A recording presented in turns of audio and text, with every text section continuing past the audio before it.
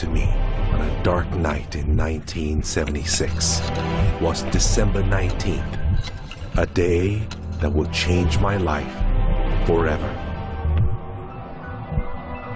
It was the day I died.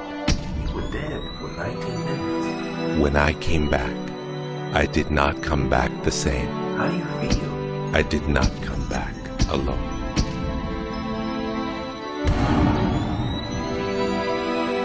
What seemed like days passed in 19 minutes. And over the course of the next few years, I began to remember the greatest mysteries revealed to me.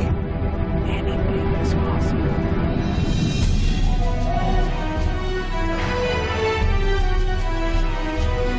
I discovered a secret beyond any secret. The sum of all secrets.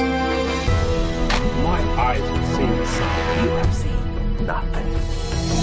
It's out there. I will find it. You will find nothing. It's like Solomon's gold.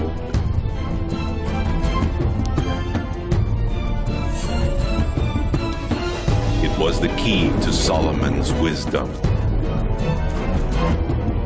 The secrets of the Knights Templar and of the Freemasons. He must be stopped. Courage, my dear boy. Be strong, be brave.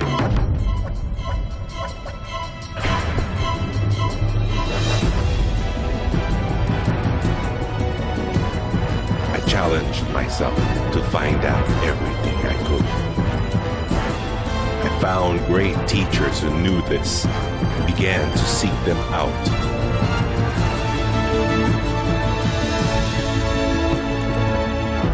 اسأل أؤمن واسمع. Ask, believe, and receive.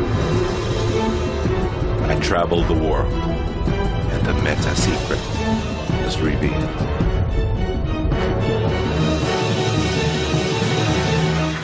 Time has come.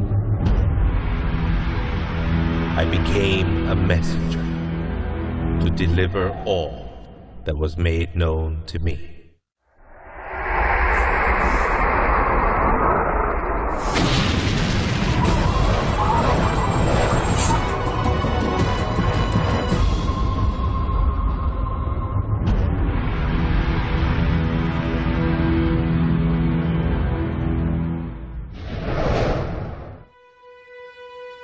Hello there, I'm Bob Proctor. Meta is a nice word. It's a word most people don't understand. We talk about metaphysical, we'll say, oh, that's bad stuff. No, it's just what you can't see with these eyes. You got to see with an inner eye of understanding. Meta is beyond the physical. Do you know that 99% of our population has been programmed to let the outside world control the inside? If you want to get what you want, you let the inside world control the outside. That's what the meta secret's all about. The meta secret to wealth and abundance is doing what you love, following your passion, enjoying your life, being grateful for this moment, realizing that in fact you already have wealth and abundance. You have wealth and abundance to the level that you allow it in your life. Expand your level of openness, deservingness, and you can have more wealth and abundance right now. How do you become more wealthy? You become more grateful. Studies here in the U.S. show that grateful people earn more money and are better at innovation. So the first step to becoming more wealthy is become more grateful. Find the good in your world right now, and you'll take a first step to become more wealthy. The meta secret to wealth is knowing exactly what you want and then being willing to pay the price to get it. Most people think that wealth just comes out of having this impression in your mind that you're going to live an abundant life. And that's an important piece of it, but it's incomplete. If you look at the word attraction in the law of attraction, the last 6 letters spell action, A-C-T-I-O-N. One of my favorite words is satisfaction. We all want to have satisfaction. And again, in Latin, satis means enough. Enough action, satisfaction, enough action produces the result. You know, I've been very, very successful with the Chicken Soup for the Soul books, and everyone thinks, oh man, you were lucky, you had this great idea. And we use the law of attraction. We visualized and we put up posters around our office that simulated bestseller lists with our name #1. We visualized bookstore windows full of Chicken Soup for the Soul books, all of which came true. But there's a asking and a believing and a receiving, the 3 steps that I think of in the law of attraction. And the second part of believing is taking action. Because if you believe that your action is going to pay off, you'll take the action. So believing doesn't just mean like sitting there going, I believe I can be wealthy. It means doing the things that produce wealth. The key to abundance is to act in spite of fear, act in spite of doubt, act in spite of worry, act in spite of inconvenience, act in spite of uncertainty, act in spite of anything. If we're talking about metaphysical, we're talking about beyond the physical. So what we've got to do is go inside. We have been programmed to live from the outside in. We're letting what's going on outside of us control what's going on inside. If we're going to get into the meta side of our own personality, we've got to get away from this physical instrument we've got and move into the higher side of our own personality. And start to understand that we live simultaneously on 3 planes of understanding. And we work from a higher to a lower potential. If you're working with electricity, any electrician, any engineer will tell you that you have to work from a higher to lower potential. If you go contrary to that, you're not going to get any use out of the electricity. Well, when you're working with the mind, you don't start with the physical and work up. You start with thought and work down. Thoughts are of a spiritual nature. Spirit's omnipresent. Where's thought? Thought's omnipresent. 100% evenly present in all places at the same time. I can be underwater and think. I can be in an airplane and think. I've had the pleasure of working with a couple of the astronauts that have been on the other side of the moon, and they could think. Not only could they think on the other side of the moon, they could transfer their thoughts to somebody here on Earth. It's just a form of telepathic communication. You know, it's been said that if you build it, they will come. I think if you build it, and you build something with true excellence, and you distinguish it in the marketplace, and you come up with a selling proposition, and you are aggressive in your marketing to the world, it's possible that people will come, but it's not inevitable that they will come. And sitting around passively visualizing things is not likely to get the world beating a path to your door. My meta secret about wealth ultimately is you've got to create a lot of value for a lot of people, and if you do that, you will bring a lot of wealth back to you. So by giving service and giving that which helps other people improve their lives, brings joy to them, brings service and products to them, if you do that and you keep expanding that, always be thinking about expanding your service to others. And if you do that, wealth is a foregone conclusion. First thing, quit listening to what everyone else is telling you what to do. And start paying attention to what you want to do. You see, I can look back with my memory, and I can remember going and saying, Mom, Dad, or to the teacher, I want to do so-and-so. And they'd say, now, how are you going to do that? See, what they didn't understand is I didn't know how to do it. But neither does anyone know how to do the things they want to do when they first think of it. You don't have to know how. You know, 2 young bicycle mechanics from Dayton, Ohio, in the United States of America, introduced us to a new kingdom. They were the first ones to fly in airplanes. The whole world believed that you couldn't do that. Anything heavier than air is attracted towards the center of the world. You can't fly. But they wanted to, and so they did. Well, clarity to me is a very different concept than I think a lot of people. The first thing I want to know is, what do you think you're trying to accomplish? The next thing I want to know is why are you trying to accomplish it? The next thing I want to know is, if you accomplish it, what do you really think is going to happen in your life? A lot of people come to me and they say, I want to grow my business, because I work a lot in the business world, the entrepreneurial world. I teach a concept, achievement concept, a concept that is predicated on taking action and implementing, called optimization. Optimization is getting the highest and the best use and result and outcome of your time, your efforts, your emotion, your life, your relationships. But you can't begin, and this is where a lot of people, I think, really fall down. You can't begin to optimize until you take the time to observe, examine, and identify not all, but the scope of options and alternatives and other possibilities available to you, number one, to achieve the goal, and number two, as an alternative goal. Clarity is power. Just by being clear, you will automatically begin to magnetize things to you, to your life. The law of mentalism is about the mind. Everything that we have ever created, everything that has ever existed, existed first in the mind. All thoughts are the beginning of all things real. All things that you can touch and feel began in the mind. So if you want to be wealthy, you've got to decide what wealth is to you. Define it. What does it mean? How much money do you have to have? For me, financial independence meant having $30 million producing income, which allows me the lifestyle I want without having to work. And so I've achieved that. But I knew exactly what I wanted because I looked at what it would cost me to live my lifestyle. Most people don't know their net worth. They don't know their income levels of what would be required to produce what they want. They say they want to own a yacht, but they don't know what a yacht costs. They don't know what it costs for the slippage fee.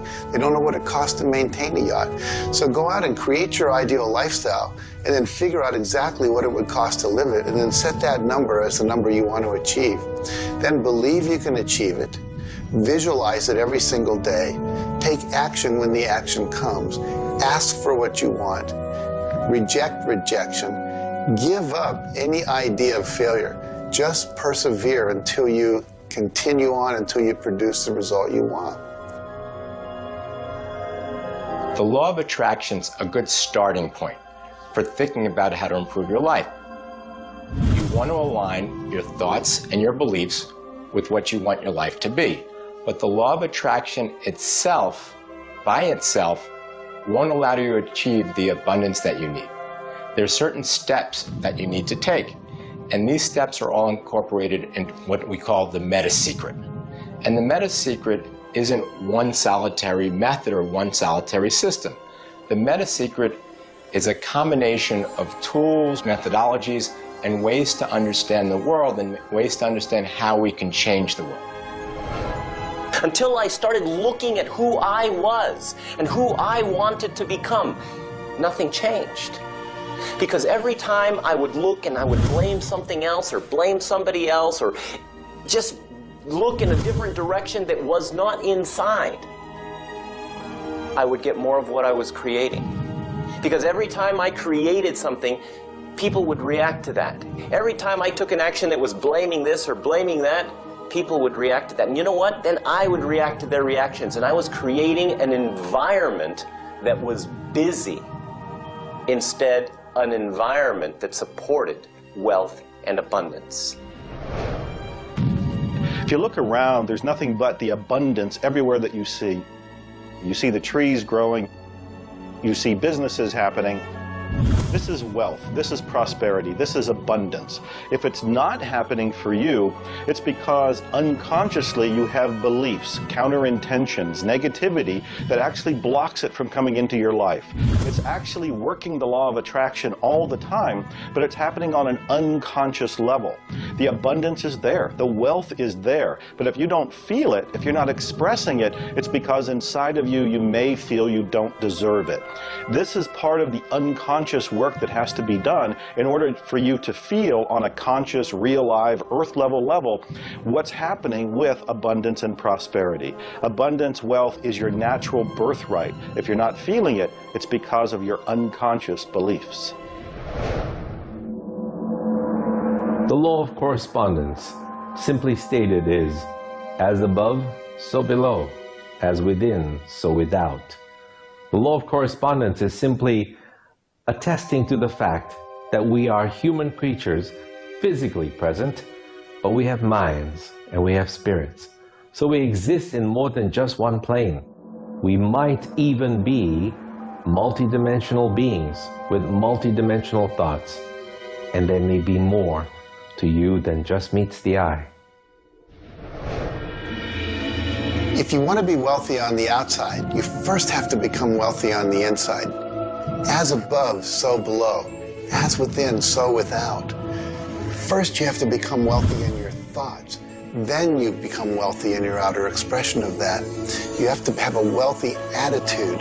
You have to have a wealthy, abundant thought form about who you are and what's possible. And when you have that, it will start to manifest outside of you. If a person wants to take a quantum leap rather than incremental steps, they have to begin by understanding that they can do that. There's a marvelous little book. It's called U Square. Now think of what that means. If you square a number, you multiply the number by the number, don't you? Well, when you square, you multiply your potential by your potential. It's astronomical. I mean, you just go off the board. The man that wrote the book, Price Pritchett, he said, when you're looking at a quantum leap, he says it looks ridiculous, utterly. But in retrospect, it looks like a natural thing to happen. It was without effort. It's with ease. And that's what quantum leaps are. What you're really doing is getting rid of limitations in your mind, and you're letting your mind just take off and build a great big idea. And you start before you're ready. You defy what the masses are controlled by. You've got to move into a space all of your own. Understand you're working with an infinite power that's omnipresent. It's with you all the time. It's closer than your breath. And you get in harmony with that and just release all thoughts of limitation. And make up your mind you're going to take and just compound your effectiveness. That's essentially what I did. I didn't know what I was doing at the time. I didn't understand quantum leap, but I took my income from $4,000 a year to $175,000 in a year. And then it went over $1 million. And I had no understanding of what happened. Now understand this. I had been raised to believe that if you don't have a good formal education, that you'd never be able to do what I did. If you don't have experience, you can never do what I did. I had 2 months high school and I had a bad work record.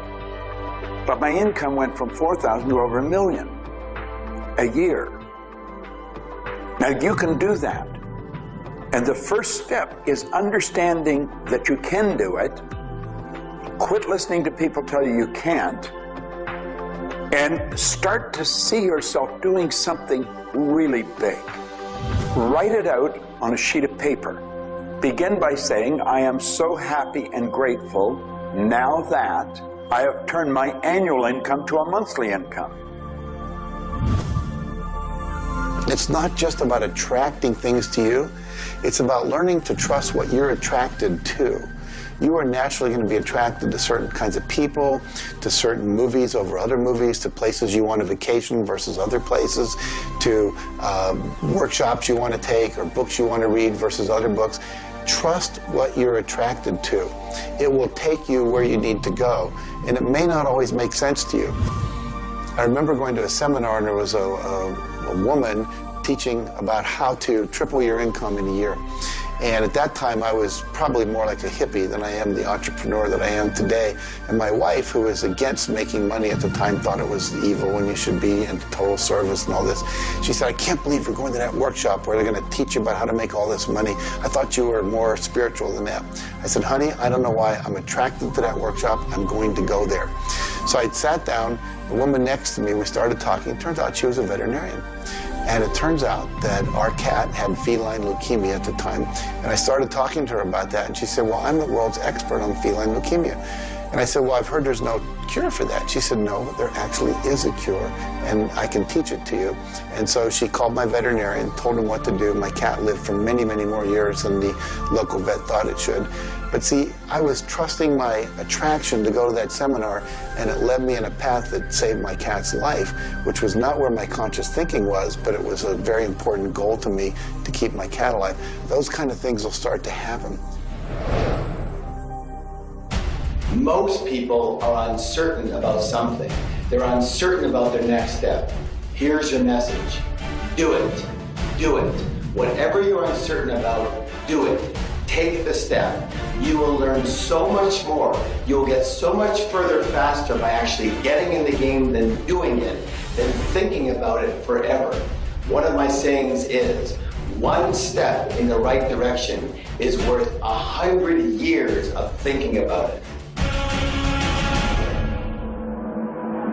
The law of correspondence, the law of mentalism, and the law of vibration all combine to help you understand that the notion of wealth is arbitrary. You're always wealthy in comparison to someone else. You choose a person to compare yourself with, or your wealth or your level of wealth with, and then you decide at that point to be happy with the situation or to be unhappy, and therefore change it. All of wealth is subjective. Understand this, and you understand that there's an ebb and a flow to your finances. The more comfortable you are with how you interact with the world, with the value you give in the world, with the service or the product that you give the world, then you begin to realize your place in the world. And by realizing this, you participate in the abundance that is all around you at every moment and at every time. It is all yours. From the beginning, it was yours. Until the end, it will always be yours.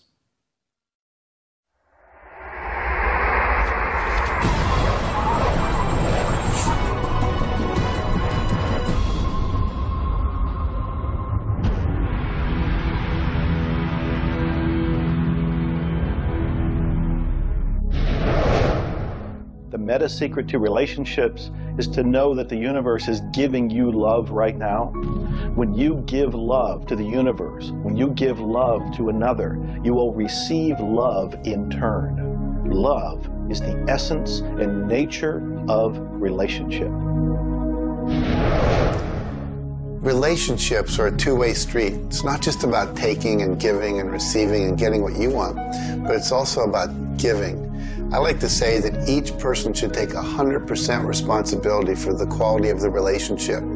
Because if you take 50-50, whenever it's not working, it's going to be their 50%. So if you take 100% and act as if everything in the relationship, you're creating it, and when it isn't exactly what you want it to be, say, how am I creating that? Take that curiosity and use it as a tool. And when you get the answer like, oh, I'm not coming home on time, I'm not listening, I'm not doing this, then you have the opportunity to shift and do the thing that produces relationship. A friend of mine wrote a book called Making Relationships Work. And the idea is there is work in making the relationship work. So be willing to do the work. Give as much as you get. The more you give, the more will come back. To have a better relationship with anyone in your life, first you begin by having a relationship with yourself. Treat yourself the way you would your very dearest friend. Love yourself regardless of all the crazy shenanigans you pull. Believe me, I do this every day. So if you want a better relationship with someone else, love yourself. Relationships are part of what the universe is giving you as a gift. The first and most important relationship is the one with yourself. When you love yourself, you heal yourself. When you love yourself, you become a magnet that people want to hang around, and you begin to attract other people and new relationships. It's all based on love. It's all based on non-judgment. It's all based on total acceptance. The universe has a relationship with you right now, and the universe wants to give you more. Are you ready to accept it? The concept that I can't live without you is a tragic statement to me.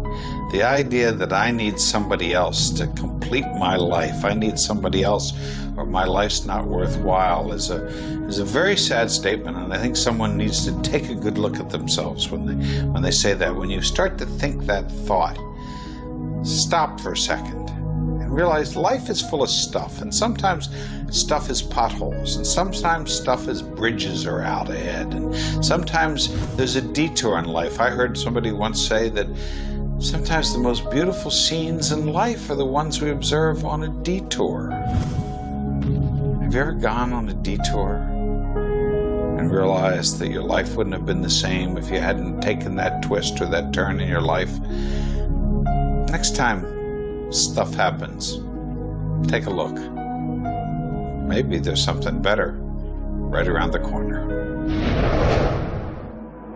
The law of cause and effect tells us that there's no such thing as coincidences.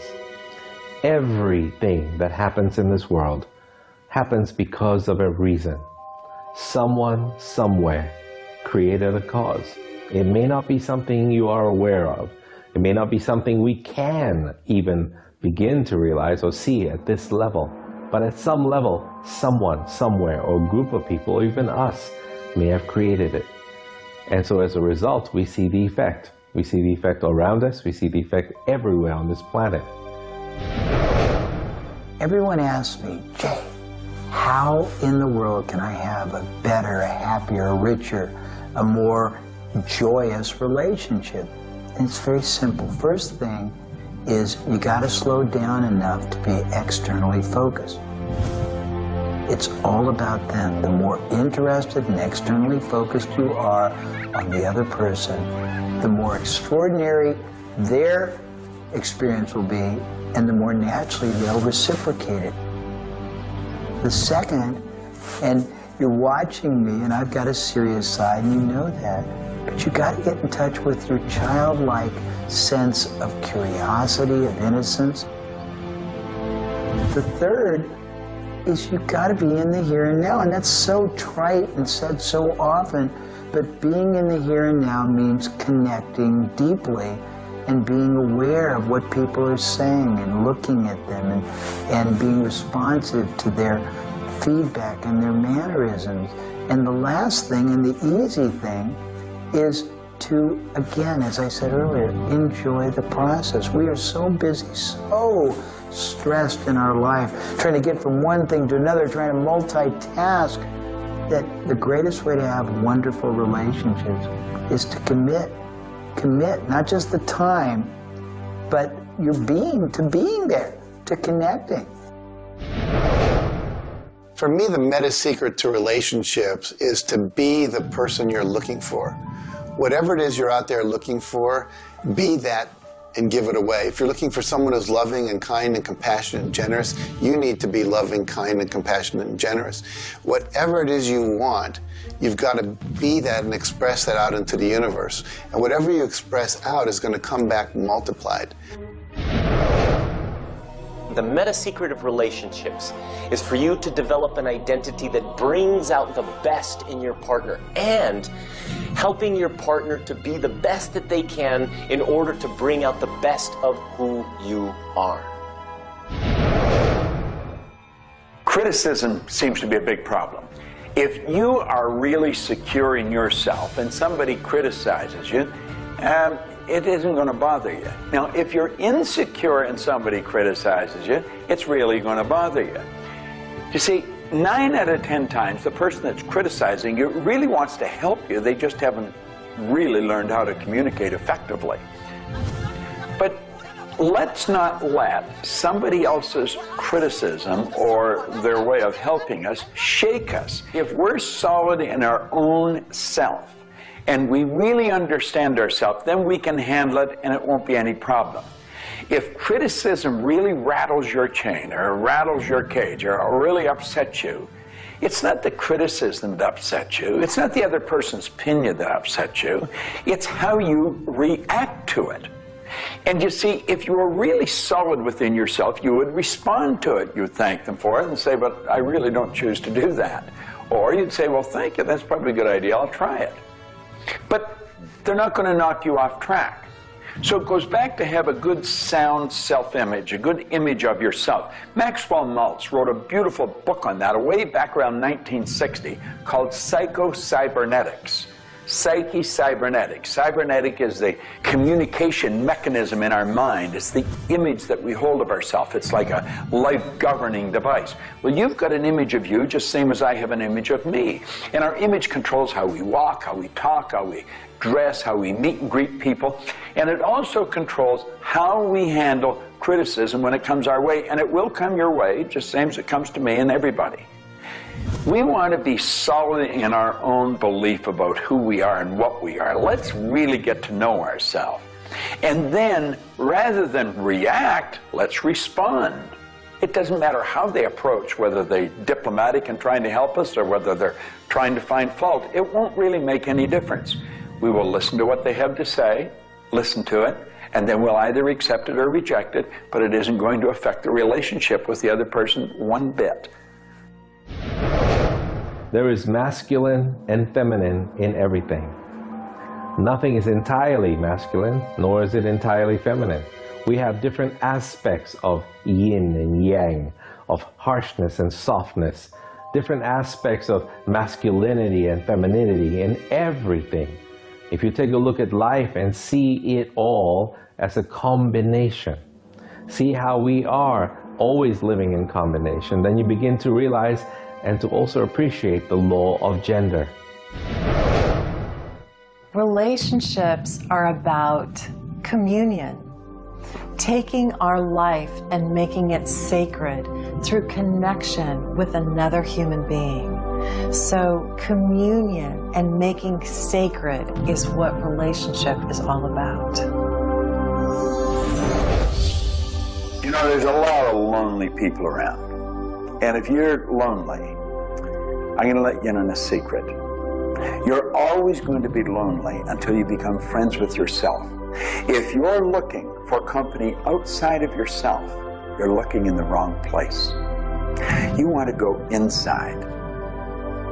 And when you get to really look at you, you're going to feel so good about you. You're going to love yourself. Now, you see, as a little kid, you were probably taught, don't love yourself, that's conceit. I know I was, and most of the people I know. That's not conceit. That's a healthy, conscious awareness of who we really are. I'm not talking about an ego trip. I'm talking about really becoming acquainted with yourself. You've got to build a good relationship with you, or you're always going to be lonely. When you get angry, look at it as, okay, this is a gift. I need to release something here. And in that process, relationship becomes a school for growth instead of just like it's someone that's going to please me. Look at how can I serve them and how can I learn from them, as opposed to how can I manipulate them to give me all my needs met. If you do that, you're going to end up with a much better relationship. If you're in a relationship where you're not experiencing full love, the way to change it is not by changing the other person. It's by changing yourself. You look within yourself and you start to feel grateful for everything about you. As you change your relationship with yourself, magically, the outside relationship will change as well. You will suddenly see it transformed. You will suddenly see that there's love in that relationship with that other person. But you don't change the other person. You change you. A lot of people spend valuable time in their life focusing on the past. I could probably spoil your week if I reviewed the first 26 years of my life. My life was a mess. And you know, at the end of 26 years, imagine living for 26 years and looking at yourself, you're unhappy, sick, and broke. I had a guy look at me and he told me I was one of the most miserable people he had ever met. And he was right. I was plain miserable. He said, you're always sick. I didn't have a terminal illness or anything, but I was always backache, headache, or something, and I was always broke. He said, why don't you change it? Well, as long as I kept focusing on what led me to this point, which was a bad trip, I was going to create more of the same. And he said, let it go. Forgive it. If you're looking for love and not finding it, it's no doubt because of a lack of forgiveness in some area of your life.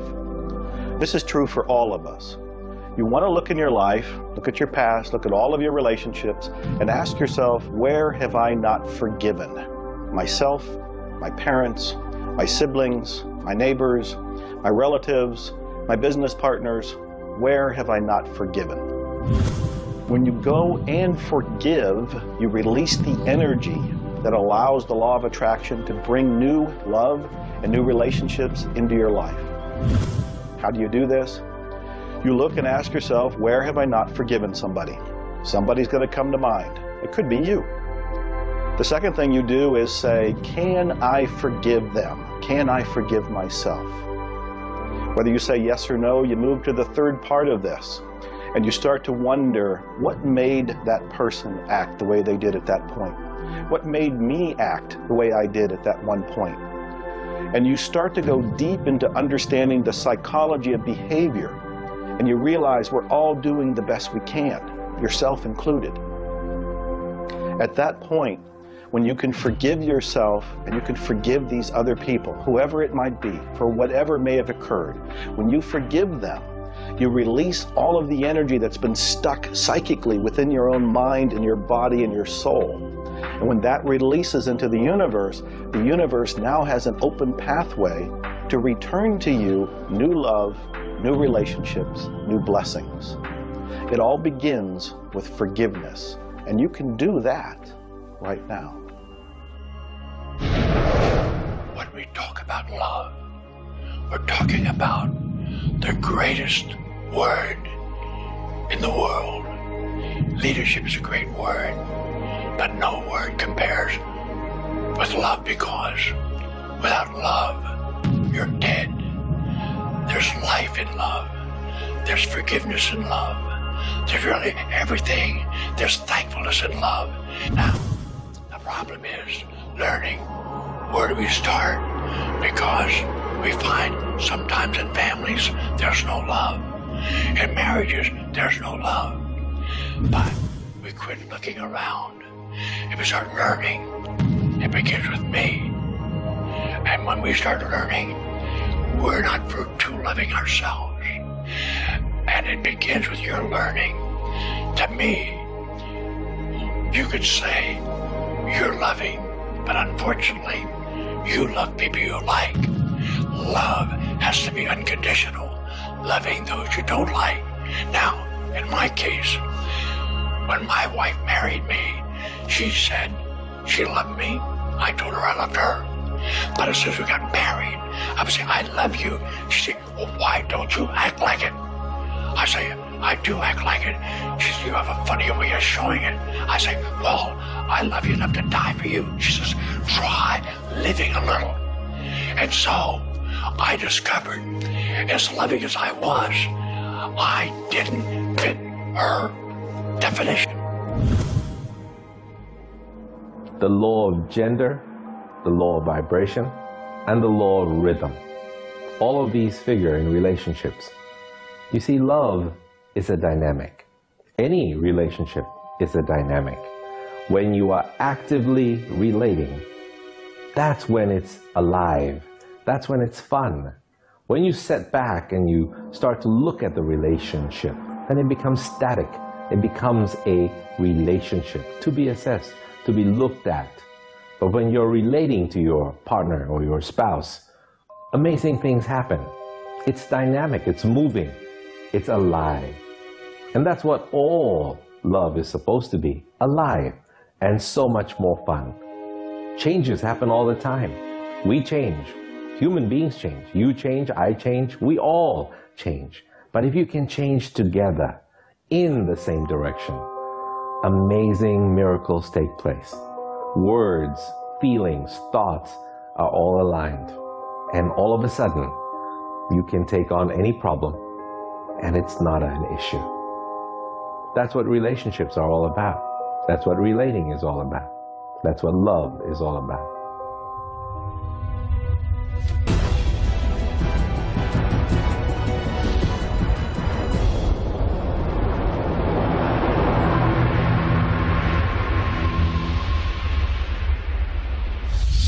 はじめに言葉劇すなわち、クリエイターなるものはやはり言葉振動を用いて全てを設計されたんではないかと思うんですね。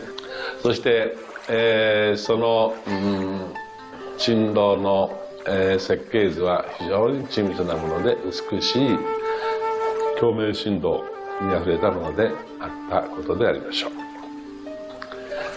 う。もし、先ほどの実験をやったように、非共鳴、同士の組み合わせであるならば、それは破壊的なエネルギーとなって、命を形作られないからです。私たちの体は最終的にクリエイターの、いろいろな、試行錯誤によってだんだんこう単純なものから、微生物だとか海の中のものだとかそういうものから、小動物始まって複雑なものになっていって、最後の芸術作品として、クリエイターなるものが作られた結果、私たちはあるというふうに思うんですね。その本来の設計というものが、バランスの取れた振動の組み合わせというものが、何らかの要因によって崩れていくときに私たちはストレスを持ち病気になっていくんだというふうに考えています。As you've already seen from Dr. Masaru Emoto, water makes up 85% of our body. And the thoughts we think actually create a vibration in the water that has memory. And so you have to think positive thoughts. Again, we go back to forgiveness and letting go, thinking positive thoughts, expecting to be healthy, not listening to what people tell you, not taking in beliefs. I have been out in the sun my whole life. I've never gotten skin cancer, don't intend to get skin cancer. And when stuff comes on about it, I choose not to listen to it because I know that belief would affect me. So I believe that I am a person that my spiritual connection keeps me healthy. Also, though, I work on the level of the physiology of the body, the biochemistry. It makes sense to play at that level. I eat organic food. I drink healthy water that's not contaminated with chlorine and all the stuff they put in it, so I filter my water. I eat the right kinds of nutrients for my body. I've found out what I'm allergic to, and I've basically eliminated those from my diet. I exercise. So exercise and keeping my body toned. We want to have resistance exercise. We want endurance, which means we need to jog and do aerobics and things like that. And we need to have flexibility, things like yoga and Pilates. So we need a complete system to keep our body healthy. And then a detoxification, I think, is the part that most people don't do enough with. We are taking in so many toxins in the air we breathe. But if you will cleanse on a regular basis, I cleanse every Monday. I just do a cleansing diet where I just drink liquids and then I don't eat anything else, and my liver has a chance to get rid of all the toxins that are in my body. I want you to understand that you have a marvelous mind and you can do anything with it, and don't ever listen to anybody that tells you you can't. You want to start to look at yourself not as a body or as a name. Like, I'm not Bob Proctor. Bob and Proctor are just two words. You've never heard anybody phone into school and say, body's not coming today, it's sick. Never heard anyone say, hand, it's my hand, my body, my name. Well, you see, there's something wonderful about you and something wonderful about me, and it's the same thing. We have a marvelous mind. We're creative beings. Talk to your body. You're not a body, you live in a body. Now, this may sound silly because maybe nobody's ever said this to you before, but go around just repeating maybe 1,000 times to yourself, I'm not a body, I live in a body. I'm not a body, I live in a body. I'm not a body, I live in a body. Then start telling your body to relax. The meta secret to great health is to feel good now. You do that with good thoughts, you do that with good food, you do that with plenty of sleep, you do that by doing what you love. That's the meta secret to great health. The meta secret to health is to honor your body. Listen to your body. Are you tired? Are you hungry? Are you thirsty? Do you need time to play? Have greater health. Honor your body. Health. Not just physical health, not just eating the right things and getting exercise, but let's talk about emotional health. This means doing what you love, loving what you do, looking forward each day, researching, helping other people, giving back. This is the meta secret to emotional health. To me, recognizing the divine component in us has a twofold effect. On the one hand, it's incredibly humbling, because how many of us really live up to being godly? How many of us really maximize the God-given talents that we're given? How many of us really live lives of fulfilled potential? So on the one hand, it's kind of intimidating. But on the other hand, it's very inspiring. It's inspiring to think, I, as a human being, am capable of being godly. I'm not God. I'm not going to confuse myself with God, but I am capable of being godly.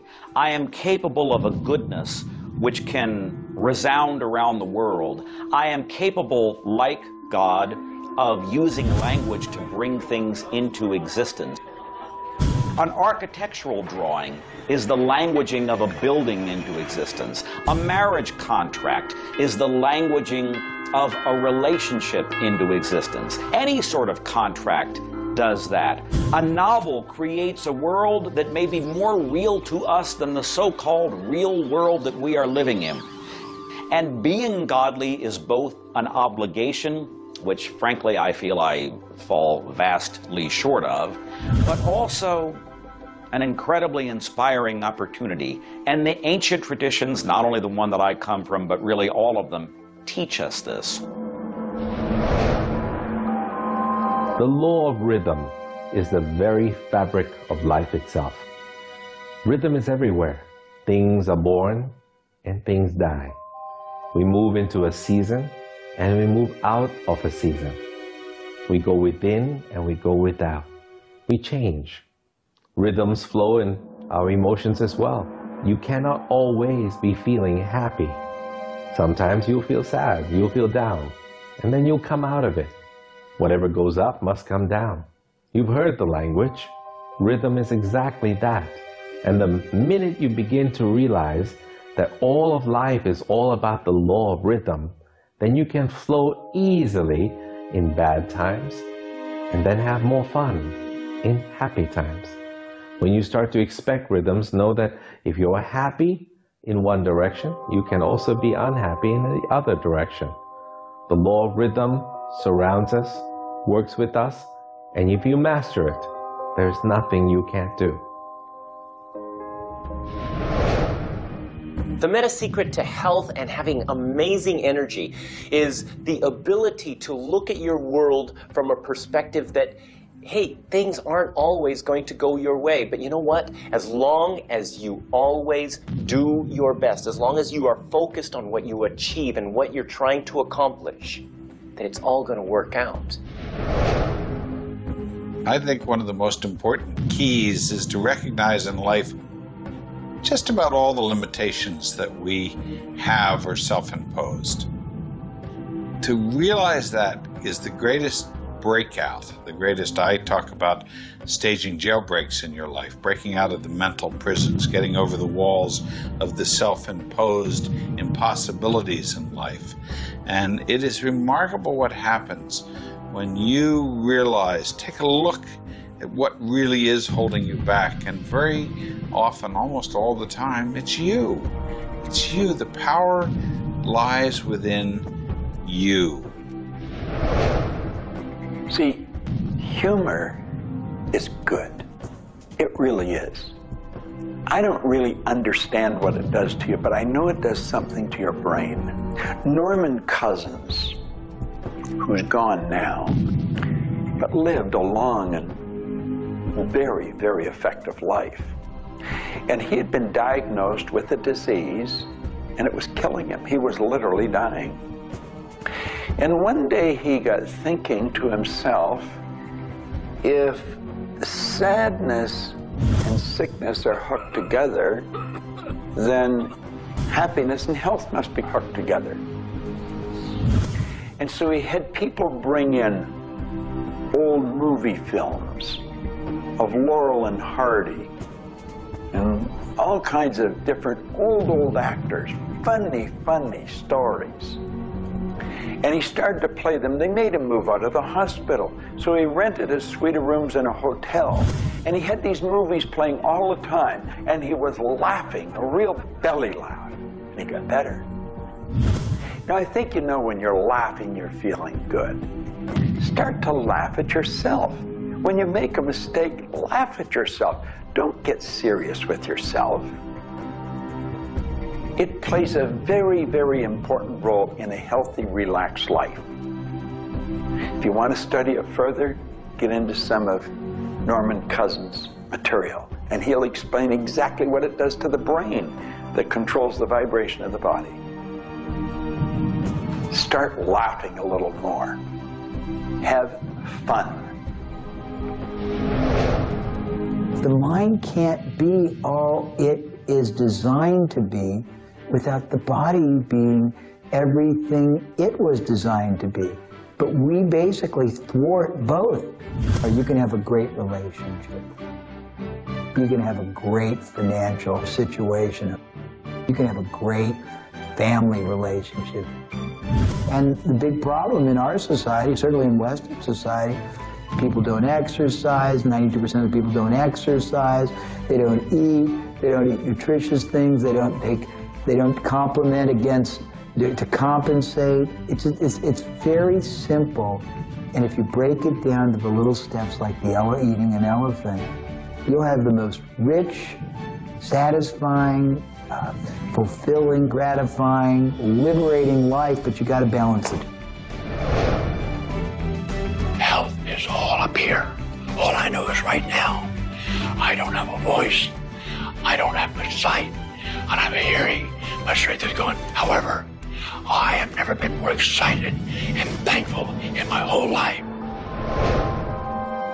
The law of vibration simply states that everything is in motion. Nothing stays static.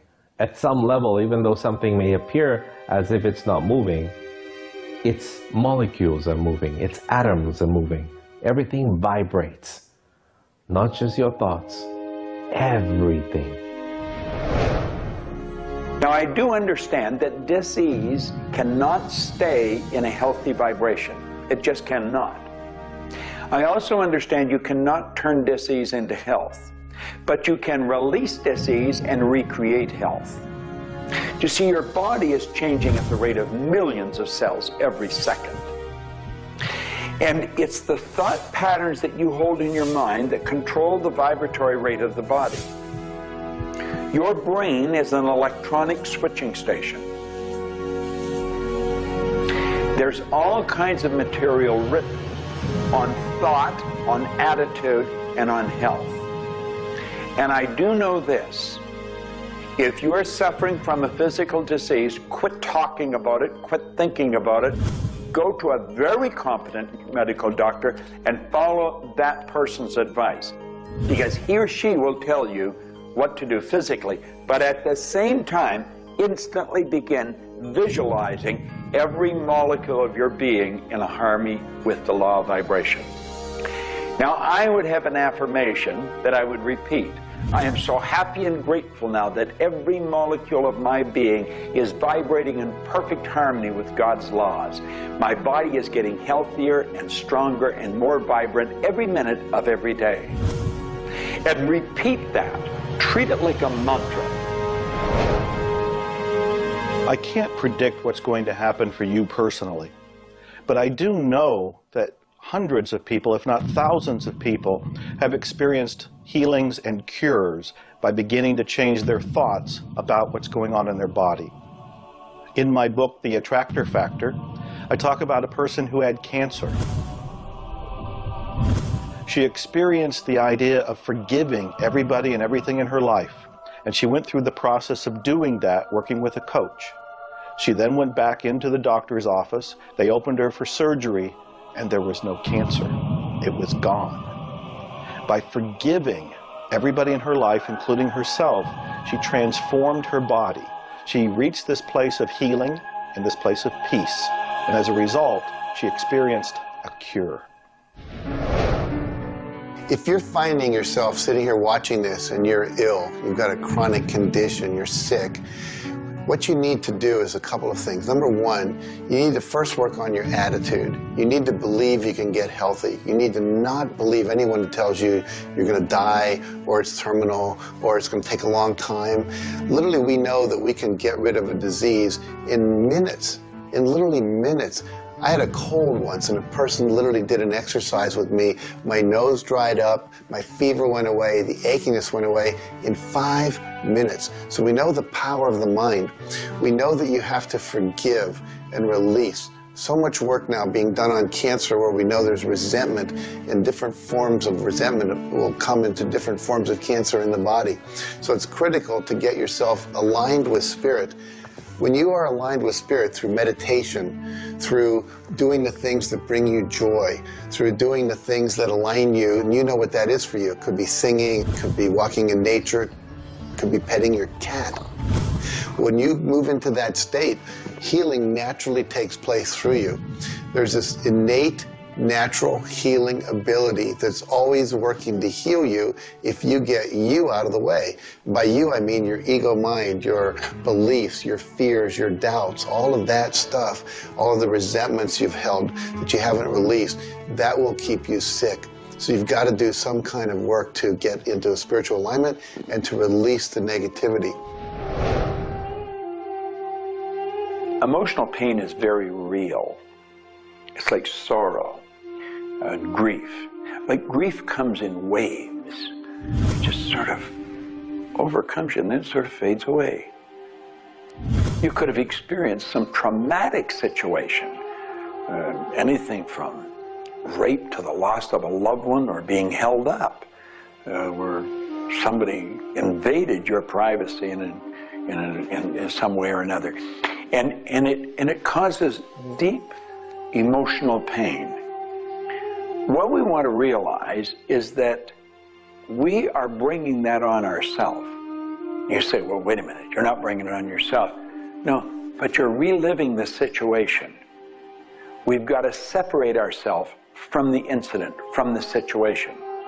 We've got to realize that it's a very real part of life and attempt to separate ourselves from it and deal with it as best we can and then let it go. Otherwise, we're going to carry it with us and we're going to keep experiencing it over and over and over again. どうやってわかるか。振動という、まずそもそもその水の結晶とは何かということになりますけどね。結晶というのは、やはり情報だと思います。で、情報というのはバイブレーションですね。で、バイブレーションのデザイン家が、雪の結晶あるいは水の氷結結晶という形になって現れてきていると思いますが、やはり我々がなんで美しいとか醜いだとかそういうような認識能力があるのか、あるいはそれだけには全人類本当に、一緒の価値観を僕は持っていると思いますが、それはもうやはりクリエイターがそのように設計されて、いるからだと思うんですね。それが崩れちゃったらもうこれはもう本当にどうしようもないんだけど、その美醜というのが我々の美しさ、ごめんなさい、バイブレーションの健全さということにつながっていると思います。水は神が自分の意識識、あるいは意図をまんべんなくこの宇宙に伝えるためのキャリアとして、作られたものだと思いますね。ですから水が別の言葉で言うならば神の、一種のメッセンジャーということになると思いますね。それの形が大げさで言えば結晶という形で表されていると。で、神にとってふさわしくないなと思うような現象については水はやはり結晶的にノー、良いものはイエスという判断を示すというふうになっていると思うので、それがなぜできるのかということになってくると、これはまた僕にとっては来世の研究課題かもしれません。Stress is caused, in my opinion, when we take our power and give it to the problem. We want to maintain the power. I'm in control of me. The power is going to stay with me. I am not going to let the condition, the circumstance, or the challenge that I may be facing control me. You can make a decision right now that you are going to maintain your power and you're going to let everything outside stay outside, and you know that when you're in a totally relaxed state, the solution to problems come. Quit getting involved in these sophisticated stress management deals. Release the stress. Let it go. You're in charge of your body. Just say, peace, be still. Visualize a beautiful lavender energy flowing right into the crown of your head and circulating right through your body. And then start to imagine every molecule of your body vibrating in perfect harmony with God's laws. You're totally relaxed. You're in charge of yourself. There is no stress where there's relaxation. Be calm, peace, be still. Don't even use that word anymore. Get rid of it. Release it. The laws of cause and effect, of rhythm and polarity, come into play when we talk about your health. Your body is an amazing symphony. Amazing miracles taking place on every part of your body. And what holds it together are fields of force that we cannot even begin to understand. Every day, your cells are renewing until you have new organs generated all the time. And your body and your cells are repairing themselves even as they remove toxins from your body. I can't help to wonder sometimes if you gave that entire symphony a wonderful environment filled with fields of happiness and radiant joy and vitality, how that growing, renewing process might work a little bit better, sort of like happy children in a playground.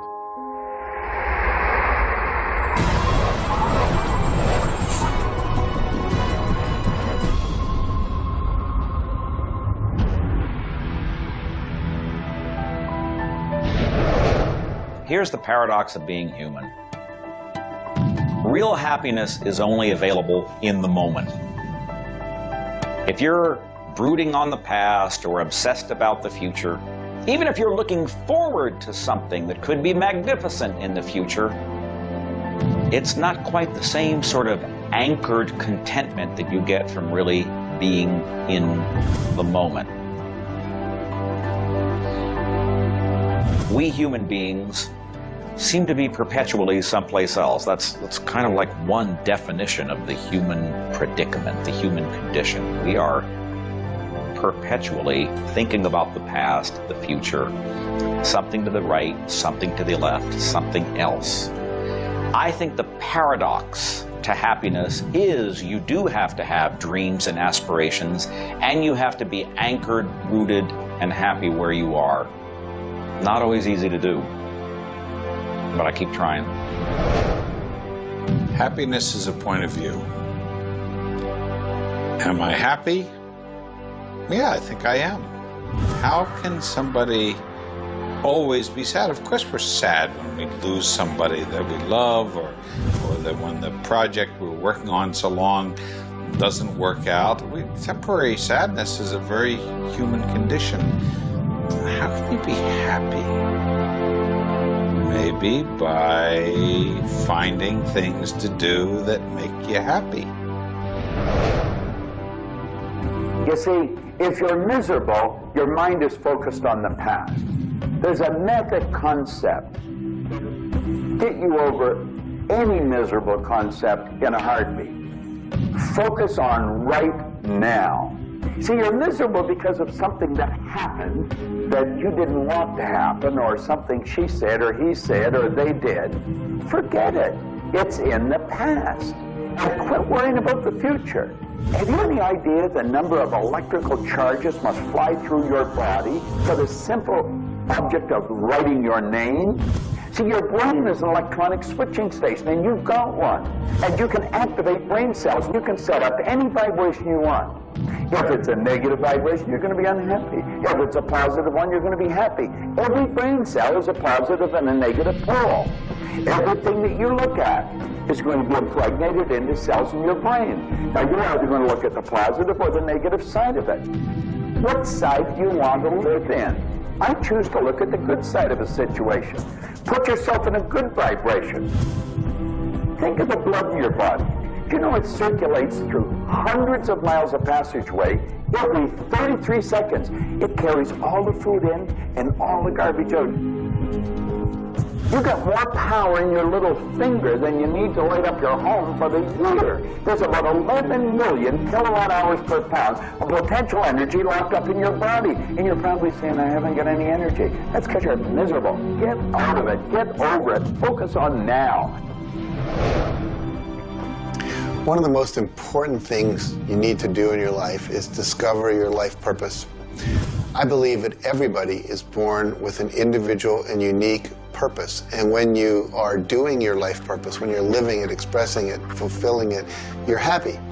And so many people have talked about joy being your guidance system, that when you're off purpose, you're not happy, you're not joyful. And so this joy, this inner experience of happiness and joy is a way of saying, oh, I'm on course, I'm doing the things I'm supposed to do. Stephen Covey said, you know, you don't want to get to the end of life and get to the top of the ladder and find out the ladder was leaning against the wrong building.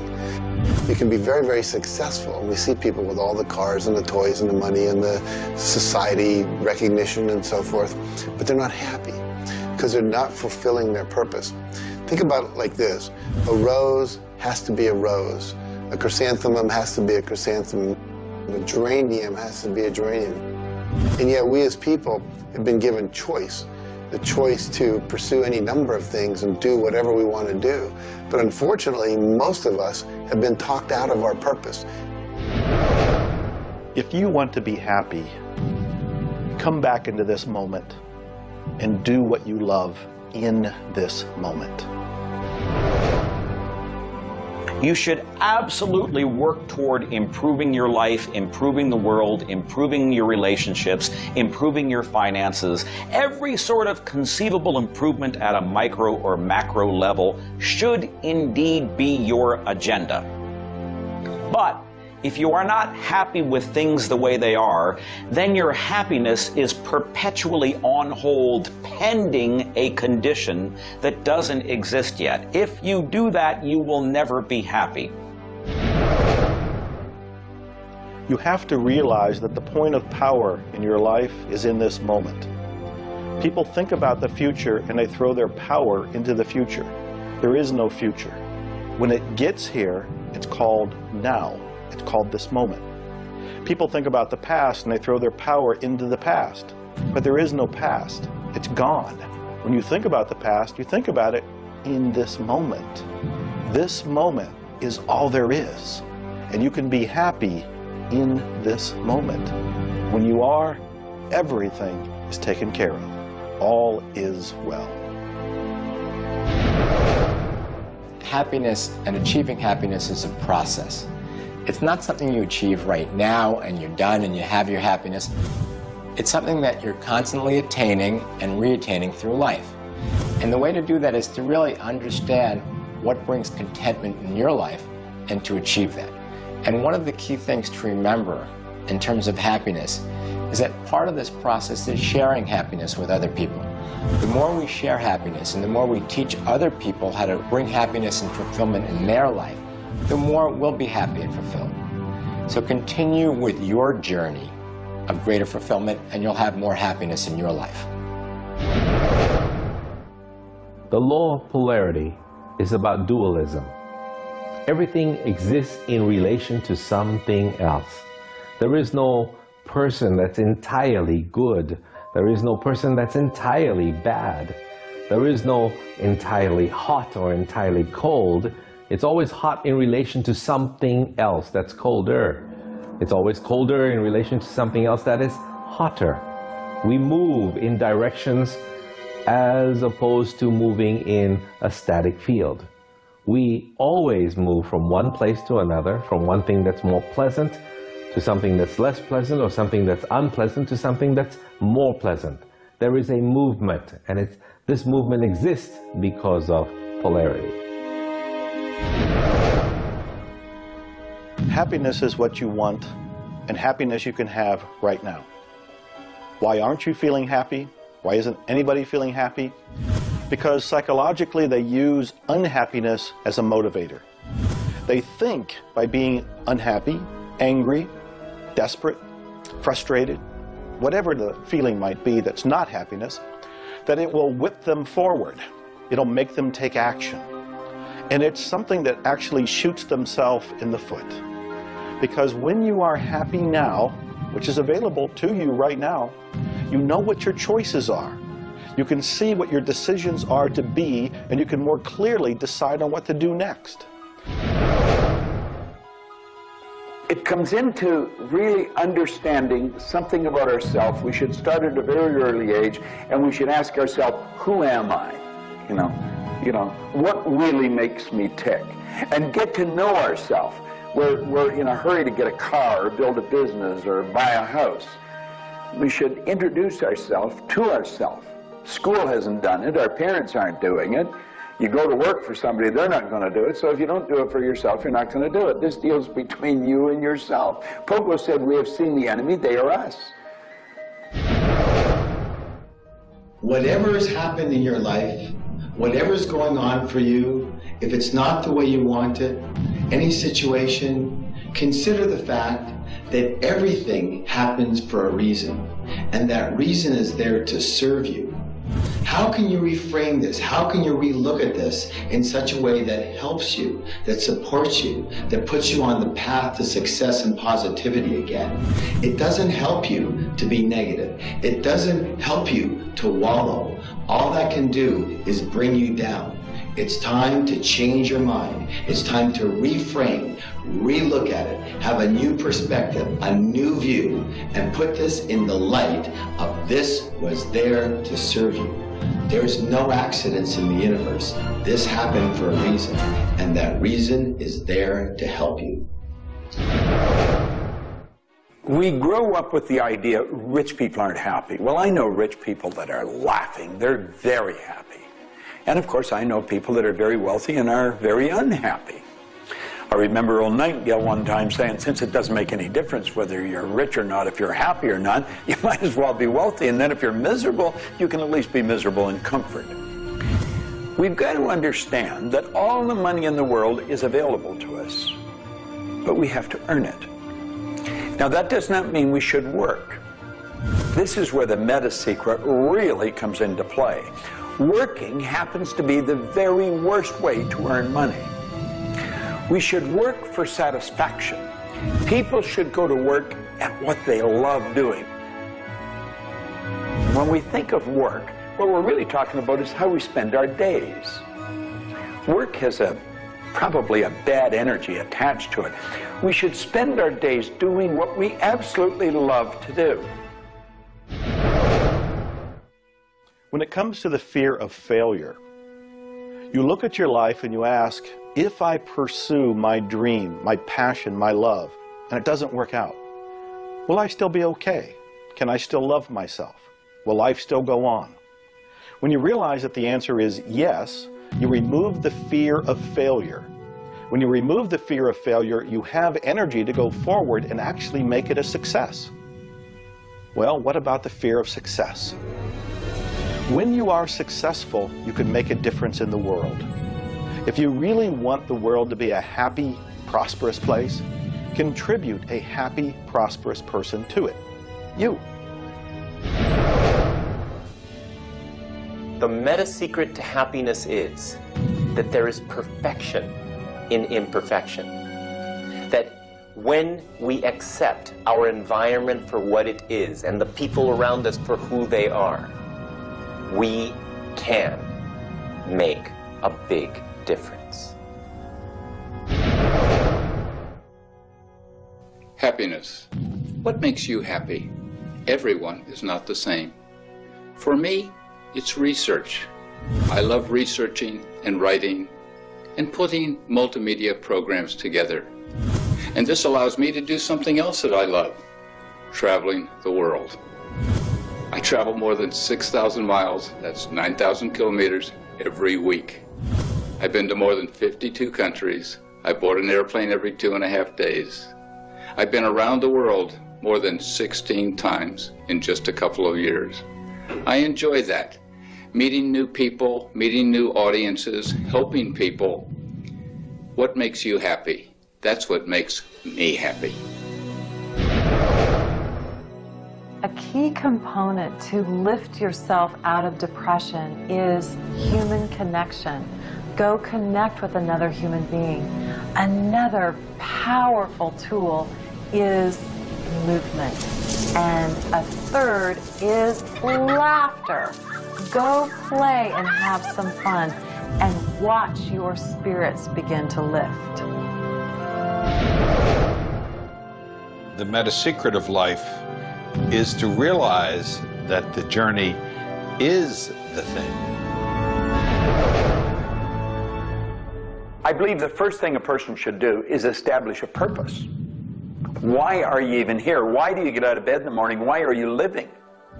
I honestly believe every one of us are hardwired to do something. So how do you decide on your purpose? You decide on it by asking yourself, what do I really love doing? So you have your purpose. This is what you're going to do with the rest of your life. And then you build a vision. Then your goal is taking a bite out of that vision. Now, when you do that properly, you're going to love what you do. When you wake up in the morning, you can't wait to get going. And you're going to be doing it until you go to bed at night. Therefore, all of your day, all of your hours are filled doing with what you love to do. That's called living. Everything else is dying. See, there's a basic law of life. It says create or disintegrate. You're growing or dying. Find out what you love. Dedicate your life to it. Most of us, when we approach happiness, are looking for someone out there to make us happy, some event to occur, and then we'll be happy. If I get to the retirement stage, if I get my car, if my wife is nice to me, if my son comes home on time, then I'll be happy. The truth is, happiness is an inside job. It's a choice. When I have an expectation on how someone else should be, I've given my power over to them. What I want to do is simply learn how to create joy and happiness inside myself. And we can do that in numerous ways, by doing the things we love, by focusing on the good qualities in ourselves, by choosing to focus on the good qualities in others instead of being judgmental. Once we realize that happiness is an inside job, and I get to be as happy as I choose to be, not as happy as other people make me, the reality is I can move into a state of pretty much constant joy and bliss. Stuff happens. Life happens. And then you get to choose. Look, you have a mission to do. You have to find meaning in your life, and you have to share it with others. There's a whole world out there that is suffering, that is in survival. They are grieving and they are hurting. You and I can make a difference. You begin right now by looking at your life, no matter what's going on in your life right now, and you find the good in it, the positive in it, the growth-oriented reasons for whatever it happens to be. You find the good in it, and whatever is happening, you turn it into something positive. You turn it into something good, and you go and share it with the world. You will become an inspiration to others. People model other people's behavior, and that's how the world changes. You be that inspiration for success. You be the model for change. You be that person that has meaning in their life, and you will give meaning to yourself and others. It all begins with you. You have always had, you have at this moment, you will always have in the future, the power to achieve, to accomplish, to have anything and everything you want in the terms of monetary wealth, prosperity, in terms of health, in terms of happiness, relationships. However, it will never, ever occur until and unless and until after you first are clear on the specific goals. Number two, you are very clear on the action steps. Operative word is action steps you have to take. Number three, you have an action step-based plan, a strategy, and the steps are just the tactics. You implement it in a timely, regular, scheduled way. Number four, you monitor, you pulse, you really pay keen attention to your progress, and you adjust if it's not what you want, and you adjust higher if it's better than you want. And number five, you focus on other people's benefit. You don't be self-consumed. You do those five things, the world really is your oyster. You know, you find people that are quite comfortable with what's termed uncertainty. The truth is there isn't any uncertainty. There's only the law. And the law decrees that everything happens the way it's supposed to happen. If we build the image in our mind of what we want, and we're true to that image, that'll control the vibration we're in, that controls what we do, and it controls what we attract. Now, the problem is, we let that image get out of the way every now and then, and we're controlled by something outside. And that takes us off track. We've got to correct it and come back on track. But a person that has direction in their life, there's no uncertainty. There's only good stuff coming. It's stuff that's going to cause the image in our mind to move into form. And so we wake up every day wondering what part of it's going to show up today and where's it coming from and who's going to deliver it. Every day holds something really good for us. Alfred Adler, the great psychologist, said, "I am grateful to the idea that has used me." I love that. Get a big idea and understand that you're going to see it move into form, and that's just as certain as the night following the day, because that's governed by law too. The laws of correspondence, of vibration, polarity, and rhythm come into play when you talk about the meaning of life and happiness. We make our happiness dependent on what other people can do for us instead of what we can do for ourselves. You know, there's a concept they don't teach you in school. It's called enough. Sometimes what is enough for one person may not be that way for somebody else, and we want more. And when you want more, you're setting yourself up for disappointment, because not always will you get more.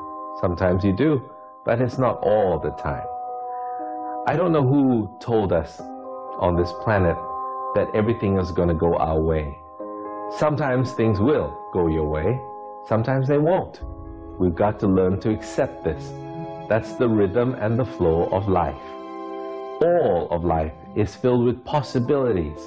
And when you see possibilities, well, it allows you to accept failures as not final.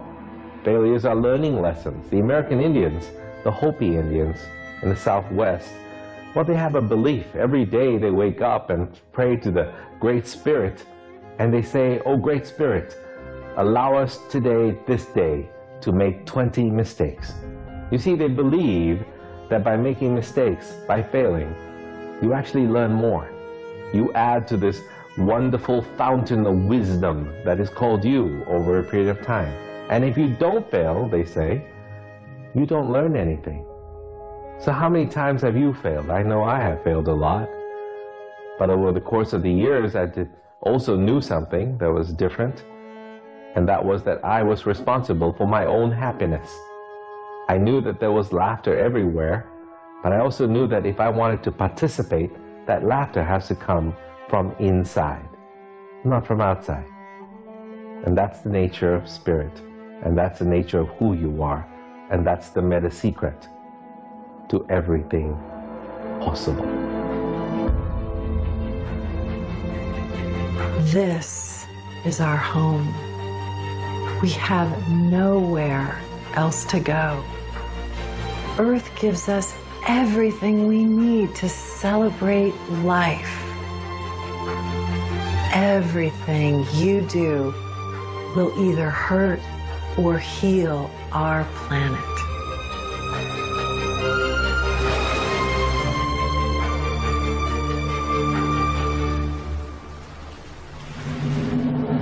You were brought here to learn many lessons. To learn how to love who you are, where you are, and the people you surround yourself with. Just remember that you carry within yourself everything you need for the fulfillment of your life's purpose. You are the sum of all of your experiences, all of your choices, and you are a work in progress. You deserve more happiness, more love, more joy, more abundance, and especially more fun. Life was never meant to be a struggle. You were meant to participate in this grand miracle called life. And as you begin to look all around you, start now to taste, smell, hear, and touch with your heart the abundance that surrounds you. You are indeed spectacular beings of light. So if you want to know the meta secret to life, to happiness, live more, love more, laugh more. Change the stories in your head, and you can change the world. It's a short trip. Make it a good one.